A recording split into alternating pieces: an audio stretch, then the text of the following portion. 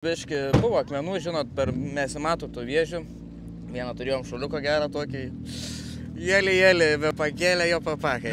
Bet greitai vairą į kitą pusę, tai čia kaip pat finišo likus 10-12 km. Nežinau, viskas gerai, apsilenkėm. Mačiau vieną Toyota žiauriai susivarę, jo papa jau tenais gerą kūlį darė. Ten tokie nebūnant pažymėta vietas.